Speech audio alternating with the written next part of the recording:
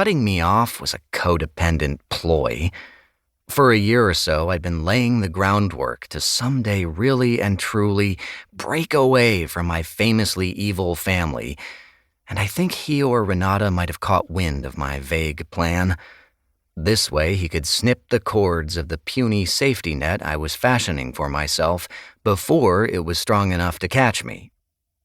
3 days after Renata's devastating call, I was baking my face with antidepressant rays and stress-buying old 45s on eBay when Olivia called me out of the blue and asked if I'd be free to meet for lunch.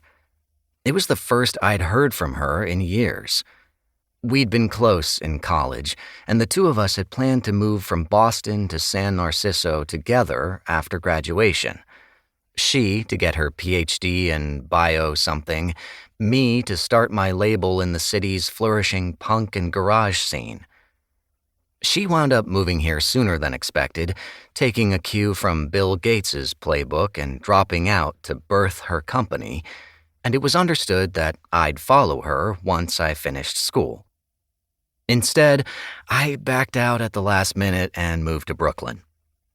I came to San Narciso 3 years later, once the boom was really going and all my bridges in that borough were crispy, but I was too ashamed to reach out and spent 4 years avoiding her as my embarrassment racked up compound interest. Why had I flaked? At the time, my excuse, both to Olivia and myself, was my then-girlfriend, a bassist in a second-rate Flatbush dream pop band. But deep down, I knew that relationship wasn't going anywhere.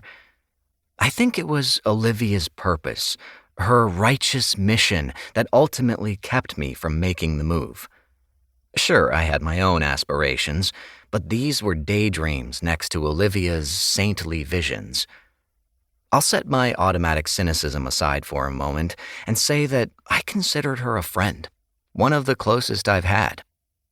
While I was accustomed to depressing my parents, I couldn't stand the idea of disappointing Olivia. When I moved west, I told myself I'd get back in touch at some point, but couldn't bring myself to compose an email or dial her number. Rather than let it grow into something knotted and tangled, I preferred to clip our friendship into a tidy, stunted bonsai. Minutes after we booked it, I thought about weaseling out of our reunion. I didn't think I'd be able to sit through a report of her successes while my life dissolved. But even I could see the opportunity here.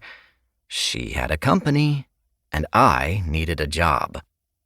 So, a few days later, I found myself in the back of an Uber, riding off to one of the popular basement bar/restaurants that had popped up in recent months. I had some sense of Olivia's achievements and growing fame, but no clue about the particulars. She'd founded a startup.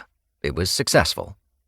That, and her place at the top of a wired list of up-and-coming women in tech, were all I'd allowed to trickle into my consciousness. Every now and then, one of those determined alumni emails would find its way into my inbox, and I'd glimpse Olivia's noble, fuzzy dome, but I couldn't bring myself to read it before deleting.